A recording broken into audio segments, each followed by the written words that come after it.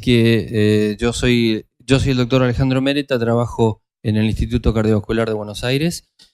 Y esta primera diapositiva es un poco creo que es una de las más conocidas por los que hacemos estudios de perfusión. Y el mensaje de esta diapositiva es que cuando nosotros medimos una isquemia que es menor a un valor cercano al 10%, consideramos que esos pacientes son de bajo riesgo y quizás el tratamiento médico sea tan bueno como el tratamiento con revascularización o a veces mejor. Pero cuando nos encontramos con un porcentaje de isquemia elevado, entonces nosotros pensamos que esos pacientes deberían ser revascularizados. Este concepto que es tradicional se agrega debido a los detectores nuevos de alta resolución. Nosotros, además de estas imágenes, podríamos tener la posibilidad de ver el flujo de reserva coronaria, como explicó Rosana, y estas nuevas cámaras, entonces, reforzando el concepto, pueden medir el flujo en hiperemia versus el flujo en reposo y darnos este valor que ya se comentó. En nuestro caso lo hacemos, la complejidad es menor que en un PET y se hace con el paciente. Este es un estudio que muestra la adquisición con dipiridamol, lo mismo se hace con reposo y en unos 14 minutos nosotros tenemos la información del estudio dinámico más el estudio convencional en 2 posiciones y con esos completamos los datos, como dijo Rosana, los datos integrales. Este método hay poca validación, pero el trabajo más importante es un estudio publicado en el 2017 que cuando valida el método contra el metabolismo con agua, oxígeno 15, la curva el área bajo la curva es satisfactoria. Así que ya sea con PET o con este nuevo método, que son unas cámaras gamas novedosas, uno puede construir este cuadro en donde si uno plotea la reserva coronaria, que como ya se mencionó, 2 es el límite, contra el flujo hiperémico, y en donde el límite es 1,75, se construyen 4 cuadrantes. 2 que son concordantes y 2 que son discordantes. Veamos el cuadrante concordante. Primero dice que tengo mal flujo, o sea, tengo obstrucciones epicárdicas y la reserva coronaria está comprometida. Estos puntos rojos son los pacientes que fallecieron en el seguimiento sobre un total de 4.000 pacientes. Sin embargo, hay otro cuadrante que nos llama la atención y que también mostró Rosana hace unas diapositivas atrás, y es que hay pacientes que tienen buen flujo, pero su reserva coronaria está comprometido. Y en eso vamos a mostrar algunos ejemplos. El hallazgo de tener una reserva coronaria comprometida, como también ya se mencionó, no es un hallazgo banal, aún con arterias coronarias normales. Este caso es un paciente de 72 años, de sexo masculino, asintomático, que tiene Parkinson, hipertensión, hiperlipidemia, y su médico le pide una valoración del riesgo. Coincido con Roxana que los colores no son los habituales, pero este paciente tiene un defecto inferolateral y tiene función ventricular conservada, tanto posapremio como en reposo, y cuando le pedimos a la base de datos que nos diga cuál es el monto isquémico, se ve que es un 5%. Ese monto de 5% tradicionalmente es considerado como bajo riesgo, como ya mostré en la primera diapositiva. Sin embargo, cuando nosotros le agregamos la información del flujo de reserva coronario, vemos que el valor es de 1,12. Es decir, tenemos un defecto de perfusión pequeño, pero con un flujo de reserva coronario muy alterado.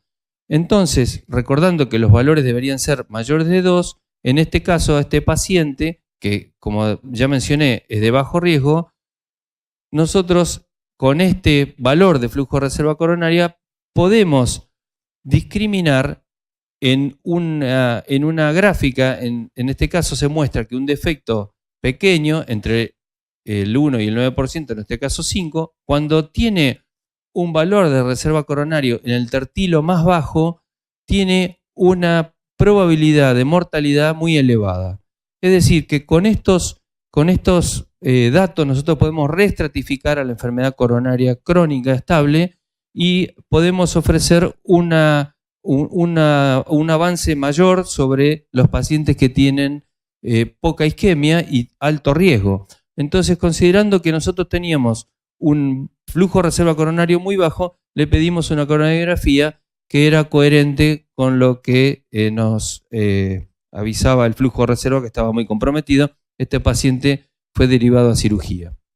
Y el mensaje que nos tenemos que llevar, y que cuando los pacientes tienen el flujo de reserva coronario bajo, lo peor que uno puede hacer es no revascularizarlos, si es que tienen lesiones. En el otro lado, no tenemos lesiones y no hay mucho para hacer desde el punto de vista anatómico, pero siempre recordar que lo mejor que le puede pasar a un paciente que tiene lesiones epicárdicas y su flujo de reserva comprometido es la mejor revascularización que uno le pueda ofrecer. El segundo, en este caso nosotros vimos que en la enfermedad coronaria crónica podríamos reestratificar el riesgo y podríamos decir que los pacientes se beneficiarían con revascularización. En el segundo caso, que es diferente, tenemos un paciente de 70 años de sexo femenino diabético que tiene pruebas funcionales negativas previas, que comienza con dolor precordial y tiene un estudio de perfusión en otro centro con un defecto equívoco, un defecto pequeño. Entonces le piden una angio-TC coronaria que tiene coronarias angiográficamente normales para la multislide CT y un score de calcio de 0. El paciente fue derivado a nuestro servicio para estudiar y, como pueden ver, tiene tanto en supino como en sentado, los estudios se ven homogéneos, así que no presenta defectos de perfusión. La función ventricular, como pueden ver, también es normal. Y en este caso, entonces, nosotros le hicimos un estudio con dipiridamol en reposo para ver el flujo de reserva coronario. Y como pueden ver, el valor de reserva coronario es de 1.76 con un flujo conservado. Por lo tanto, este paciente cae dentro del cuadrante discordante que tiene buena circulación epicárdica, como se vio con el multislide CT, pero mala reserva coronaria. Nos llama la atención porque es una paciente diabética, pero el CFR también puede, dentro de este grupo de pacientes que son diabéticos y que sabemos que hasta ahora sabíamos que eran de alto riesgo, nosotros podemos reestratificar a su vez con valores de CFR si los pacientes son diabéticos de alto riesgo o no de tan alto riesgo. En esta diapositiva del grupo de Marcelo Di Carli, fíjense que los pacientes tienen ausencia de enfermedad coronaria, como la que presenté recién, diabética las dos, pero los que tienen valores inferiores a 1.6 de flujo de reserva coronario tienen un 3% de mortalidad anual. Sin embargo, los que tienen el flujo de reserva coronario más allá de 1.6 tienen un valor de mortalidad de 0.3, como aquellos pacientes que no tienen enfermedad ni tienen diabetes. Es decir, que el mensaje sería que para nuestro paciente nosotros sabemos que los diabéticos tienen peor reserva coronaria, pero en este caso pudimos darle la información que se podía tratar de una paciente de bajo riesgo dentro de su diabetes. Y además nosotros le hicimos un estudio con test del frío. El test del frío, ustedes saben que es el subrogante de la acetilcolina, digamos, porque es un estudio que pone en jaque la función endotelial. Y en este caso la respuesta normal debería ser que incremente un 50% sobre el valor basal. El test del frío se hace con las manos en agua a una temperatura baja y el paciente tiene que tener expuesta el miembro, en este caso el miembro superior, a una temperatura un tiempo determinado y observamos alguna respuesta hemodinámica. Con eso sabemos que el frío está haciendo lo que tiene que hacer y evaluamos entonces que en este paciente que debería haber aumentado un 50% el flujo basal, en realidad disminuyó. Así que a esta señora le informamos todo esto al médico tratante, le hizo algunos cambios en el estilo de vida, cambió algunos fármacos, sacó los beta bloqueantes y nosotros pudimos estudiarla a los 6 meses. Fíjense Este es el estudio basal, donde tiene 1.76. La señora mejoró sus síntomas y cuando la volvemos a estudiar a los 6 meses, el flujo de reserva coronario subió a 3.16. Probablemente esto sea, dentro del grupo de los pacientes que tienen enfermedad microvascular, sea el paciente que tiene alteraciones funcionales. Hay otro grupo que tiene alteraciones estructurales, y las alteraciones estructurales con rarefacción de los capilares y aumento de los espesores de las paredes arteriales, en general no revierten. Así que esto es una buena información para la paciente. Fíjense que el frío no fue demasiado llamativo el incremento, así que todavía esta señora tiene un comportamiento anormal al test del frío, es decir, a su endotelio, pero evidentemente ha mejorado. Así que en este caso, en el caso 2, mostramos el paciente diabético y el test del frío. En el caso número 3 es otro paciente, el caso número 3 es una paciente femenina que ingresa a las 3 de la mañana. La paciente llama a un servicio de emergencia con un dolor centrotorácico 8 en 10, que el médico que la asiste interpreta como angina, y que cuando le hace el electrocardiograma en el servicio de emergencia observa el trastorno en el ST inferior. Como es habitual en nuestro centro, se preactiva la sala de hemodinamia, la paciente ni siquiera pasa por la guardia y se encuentran coronarias que no tienen lesiones angiográficamente obstructivas. Este era el electro previo. Como pueden ver, tiene una repolarización precoz que probablemente el médico haya visto esto. No tenemos el electro de la ambulancia y entonces a los 30 días del episodio le hacemos un estudio, que el estudio de perfusión es completamente normal, la función ventricular es normal, y cuando le interrogamos la reserva coronaria está conservada, 3.33. Es un estudio completamente normal. Y cuando miramos la velocidad de flujo epicárdico es completamente normal, lo que es coherente con la anatomía. Hicimos una prueba de hiperventilación para provocar espasmo coronario y el flujo sigue siendo normal. Ahora, cuando interrogamos su endotelio, la respuesta endotelial no superó el 50% del valor basal y por lo tanto es anormal. Es decir, esta señora tiene síntomas y tiene una respuesta anormal al test endotelial que interroga al test del frío, que interroga la función endotelial. O sea que el caso 2 y 3 son coronarias angiográficamente normales, de las que mencionó José, que había presentado en el caso clínico. Y esto no es infrecuente. En el registro danés, el registro danés es un registro en el cual los pacientes son derivados por angina típica y por ese síntoma los pacientes van a la sala de hemodinamia.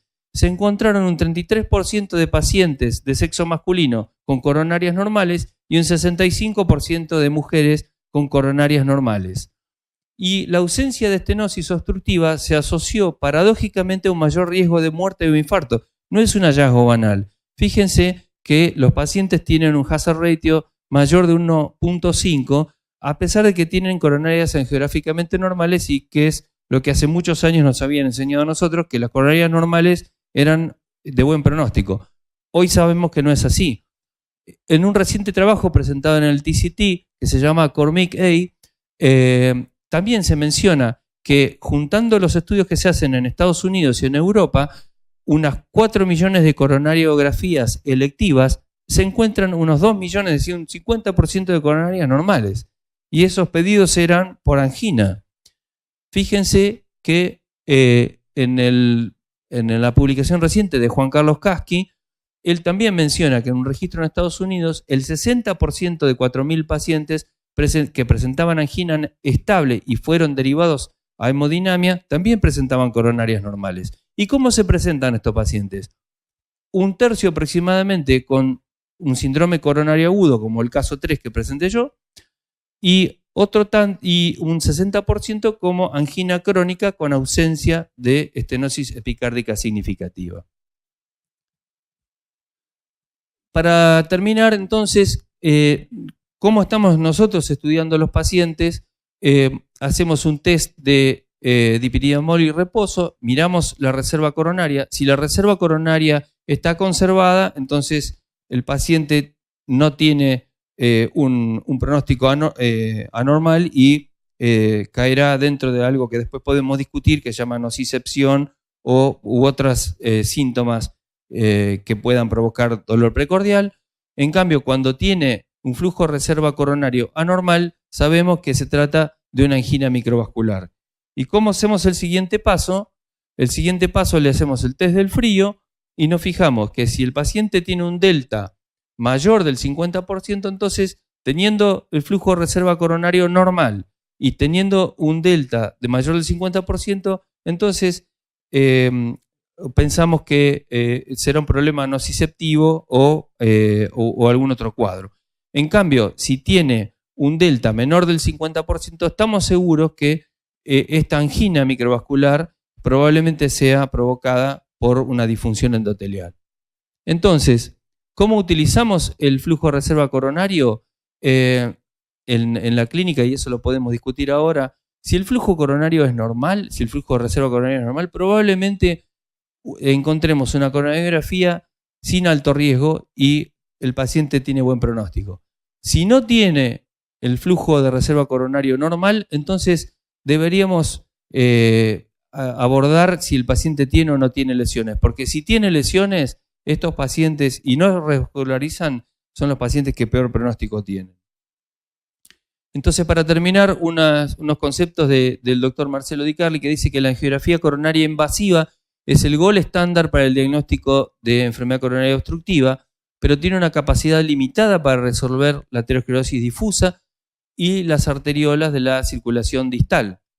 Un angiograma coronario normal no es sinónimo de una circulación coronaria normal, y que el flujo de reserva coronaria es una valiosa herramienta, tanto diagnóstica como pronóstica, y permite reestratificar el riesgo.